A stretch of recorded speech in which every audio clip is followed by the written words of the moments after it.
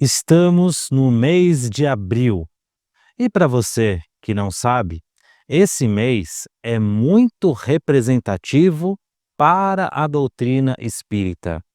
Coincidência ou não, diversos acontecimentos relevantes ocorreram neste mês e nele também é celebrado o Dia Nacional do Espiritismo. Então vamos juntos relembrar a importância de abril e, mais ainda, relembrarmos em nossos corações os fundamentos da nossa doutrina? Olá você, seja mais uma vez muito bem-vinda, bem-vindo a mais esse vídeo no nosso canal do CEF. E posso ver aqui, por meio de minha mediunidade, de que você ainda não é inscrito no nosso canal. Se inscreva, fortaleça o nosso trabalho. Não deixe também de deixar o seu comentário e a sua curtida para que esta plataforma indique o nosso conteúdo a cada vez mais pessoas. E sim, o ano de 2025, tal como os anteriores, está passando rápido e já chegamos, vejam só, no mês de abril. Mas por que será que este mês é tão importante para os espíritas, em especial para o espiritismo do Brasil? Ah, é porque é o mês da Páscoa. Não, claro que não. Ah, mas é o mês que termina a Quaresma. Também não. O mês de abril, coincidentemente ou não, foi o mês que sediou diversos acontecimentos relevantes na doutrina espírita e, em especial, para o espiritismo no Brasil. O primeiro deles que podemos destacar é o nascimento da doutrina, que ocorreu em abril de 1857. Lá se vão 168 anos em que a primeira edição do Livro dos Espíritos foi publicada. O trabalho de Allan Kardec foi, enfim, conhecido inicialmente na França, para depois ganhar a Europa e o mundo. Era um livro que trazia uma perspectiva até então inédita, onde espíritos se comunicavam de forma inteligente. E aí se deu início a todas as notícias que os espíritos tinham a nos trazer, na qual eles aguardaram ansiosamente por séculos para nos dizer. E por meio do espetáculo das mesas girantes e por outros fenômenos ao redor do mundo, encontraram no codificador uma pessoa responsável, séria, que não só acreditou na veracidade dos fenômenos, como buscou a lógica, o raciocínio por trás de todas aquelas comunicações. É válido dizer de que não foi Allan Kardec que escreveu o livro, mas sim os espíritos. O livro é dos espíritos. Foi também em abril, mas aí, alguns anos mais tarde, que foi lançado também uma obra importantíssima, fundamental da doutrina espírita, o Evangelho segundo o Espiritismo. Livro este que é supraindicado para o Evangelho no Lar, para orações e também para revisitarmos de tempos em tempos, bem frequentemente eu diria, para que possamos relembrar os ensinamentos dos Espíritos. É sempre válido também recordar de que o Evangelho segundo o Espiritismo pega trechos íntegros da Bíblia para a interpretação dos Espíritos. Foi em 1 de abril também, vejam só, mais precisamente no dia 2 de 1910, lá se vão 115 anos, nossa, tô a fim de fazer conta hoje, meu Deus, que nasceu Francisco Cândido Xavier. Lá em Pedro Leopoldo, interior de Minas Gerais, o famoso Chico reencarnou com uma missão sublime no nosso país: escrever e, por que não, atualizar a doutrina espírita. E quando dizemos atualizar, não é contradizer o trabalho de Kardec, muito pelo contrário, reforçar o que os espíritos inicialmente disseram lá no século XIX, atualizando com o mundo contemporâneo, no caso da Segunda Guerra Mundial principalmente, e trazer para nós uma pluralidade de ensinamentos, uma abundância de lições, de situações espirituais e de como os espíritos nos enxergam principalmente, que nunca fora publicado antes na história da humanidade.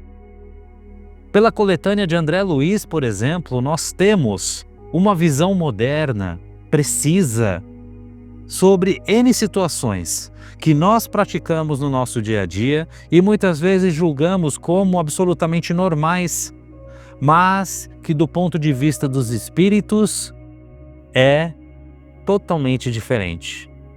Temos também as publicações de Humberto de Campos. O livro Boa Nova, por exemplo, nos traz todo um contexto diferenciado sobre Jesus. E que dizer de Emmanuel, mentor espiritual de Chico, cujas obras também são de uma profundidade, uma complexidade, mas de uma magnitude impressionantes. Não é à toa que, desde 2019, o dia 18 de abril, a exata data da publicação do Livro dos Espíritos, se tornou o Dia Nacional do Espiritismo no Brasil. Sim, espírita, comemore! É um dia de nós sediarmos, celebrarmos, recordarmos, mas acima de tudo, buscar reviver em nós tudo, absolutamente todo o trabalho realizado pela espiritualidade e pelos encarnados para trazer essa doutrina até nós. E vamos então relembrar os seus aspectos mais interessantes. A doutrina espírita, eu diria que ela basicamente se fundamenta em alguns pilares principais. O primeiro deles, sem dúvida, é a existência de Deus. E, acima de tudo, um Deus que não possui forma humana. Um Deus cuja energia está espalhada em todos os lugares. Deus também se expressa por meio do princípio inteligente, o espírito, que nada mais é do que a alma que hoje habita um corpo, mas que amanhã, após a morte física, continua aprendendo, vivendo, ensinando, atuando, também por meio de todo o cosmos. O espírito definitivamente não nasce com o corpo, muito pelo contrário. Ele vem desde antes e é o princípio inteligente, não chamado assim ao acaso, porque ele carrega toda a consciência que anima, que faz com que um corpo viva, seja ativo, trabalhe, aprenda, exerça as atividades que ele precisa para seguir evoluindo. Evolução, aliás, é uma lei soberana no Espiritismo. Nós sempre aprendemos. Mesmo quando não queremos aprender, nós estamos aprendendo. O universo, as estrelas, a natureza, as outras pessoas estão sempre nos ensinando alguma coisa. E por mais que aparentemente não estejamos fazendo absolutamente nada, seguimos evoluindo. E é por isso que a evolução, por ser uma estrada tão complexa e grande, é impossível trilhá-la em uma só vida física. E aí, na minha concepção, vem o fundamento maior do Espiritismo, que é a vida após a morte. E isso muda completamente tudo, porque os nossos parentes que já nos deixaram, por exemplo, não estão mortos, não estão mais no céu ou no inferno, estão vivos, estão atuantes e estão no aguardo do nosso reencontro. Essas situações, essas circunstâncias que o Espiritismo veio nos trazer, abrem realmente uma cortina frente à nossa vida habitual. Porque nada fica escondido aos olhos de Deus. E tudo aquilo que fazemos terá consequências, seja nesta ou em outras vidas. Isso também nos leva a um consolo, porque nenhum mal fica impune. Se aquela pessoa não será responsabilizada naquela vida, com certeza será na próxima. E assim ela, novamente, se juntará a nós para o caminho da evolução. Eu falei a palavra consolo, né? Pois é, o Espiritismo se autodenomina como o Consolador prometido. Sim, aquele mesmo que Jesus afirmou que iria deixar com os seus discípulos no momento em que ele tradicionalmente ressuscitou. E o que é o Consolador? É aquele que justamente trabalha para atenuar as nossas dores, trabalha para secar as nossas lágrimas, para renovar a nossa esperança. Trabalha para que, independente do problema que está à nossa frente, independente do sofrimento que está na nossa pele, nos reafirma de que ele passa, de que nós iremos sobreviver àquele mal, de que nós iremos superar aquela dor e seguiremos em frente. E o Espiritismo faz isso por meio de 3 bases. A filosófica, que, como o próprio nome diz, nos conduz a um novo modo de vida, a repensarmos o nosso dia a dia, a nossa rotina, os nossos pensamentos e os nossos hábitos. Faz isso também por meio da religião. Mas por que o Espiritismo é uma religião? Já que religião é aquela fundamentada em um local sagrado, em um altar, em livros sagrados. Pois é, não é errado dizer que o local sagrado do Espiritismo não é na casa espírita, é a Terra, é o universo, é aonde ele tem a oportunidade de prosperar, de evoluir. E o altar do espírita não é um local também físico, ele é o próximo, porque é o próximo que nos dá a oportunidade de crescer, de aprender e de nos aproximarmos de Deus. Aproximarmos no sentido de percebermos o seu contato, de senti-lo conosco.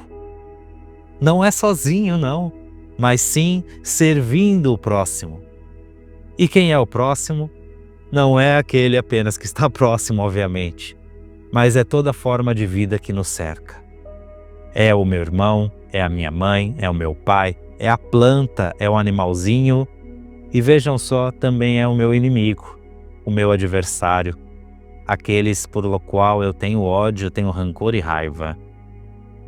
E também não podemos esquecer que o Espiritismo é uma ciência.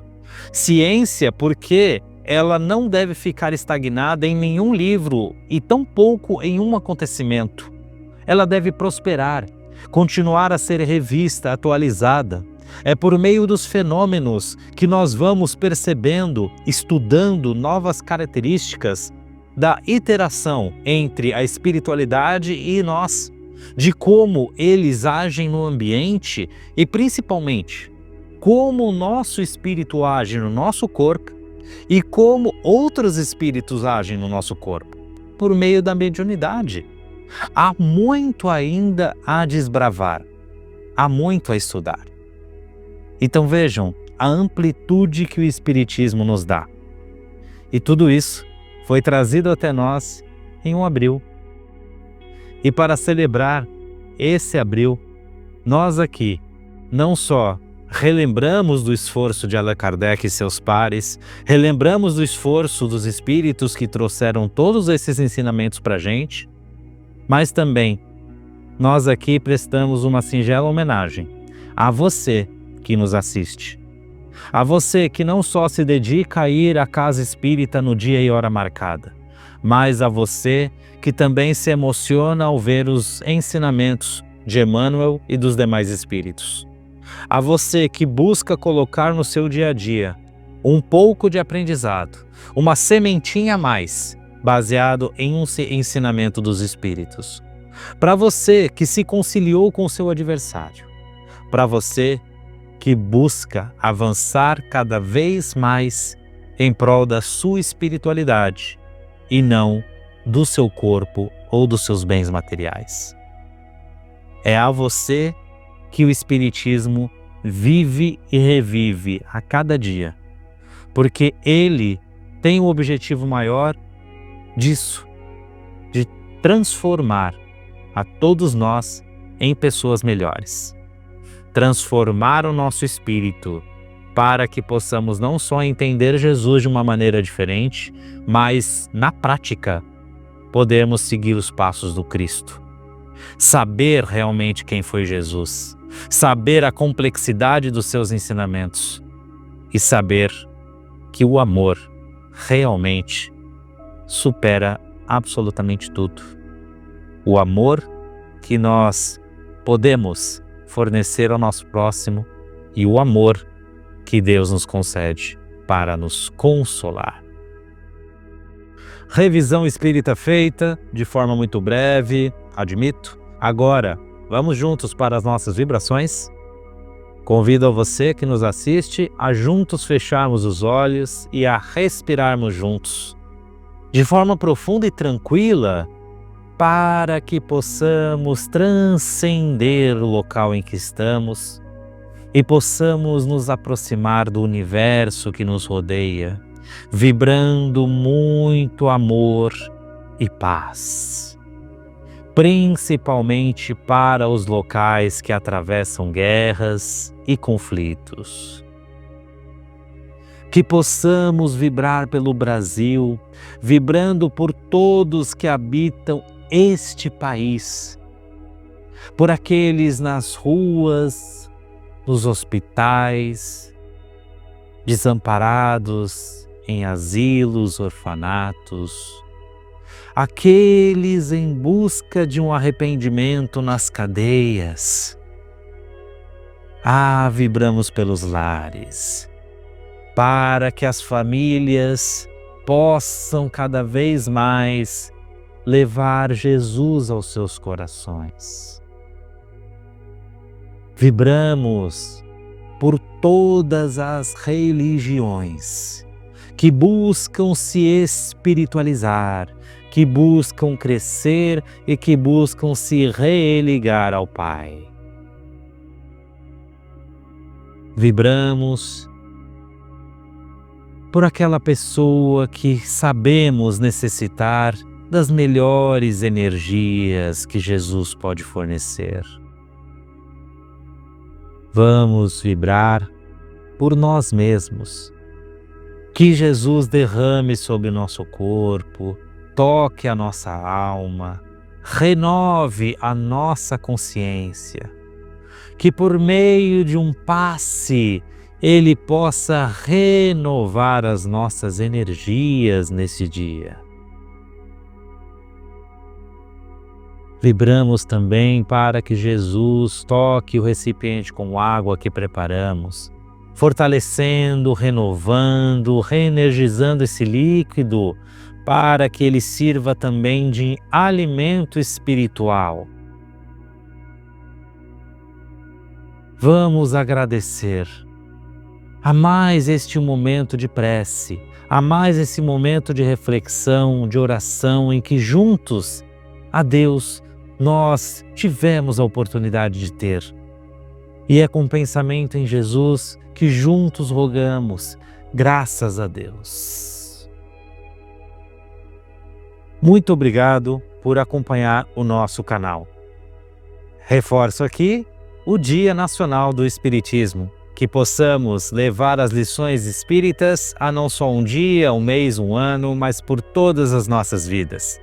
Que Jesus siga nos abençoando hoje e sempre. Um grande abraço e até a próxima. Tchau!